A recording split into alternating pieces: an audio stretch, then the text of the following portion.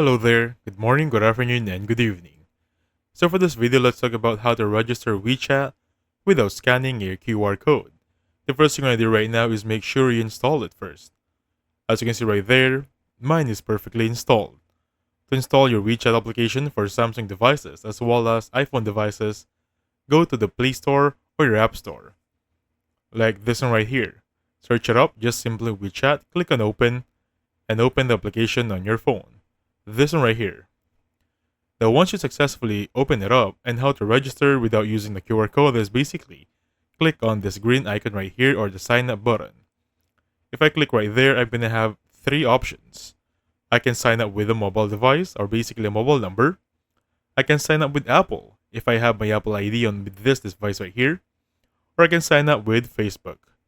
As you can see right here, these are going to be three choices wherein QR code is not really needed. So just choose one where you're comfortable with. For example, you want to proceed using your Facebook. Please do so and successfully sign up on WeChat without using QR code.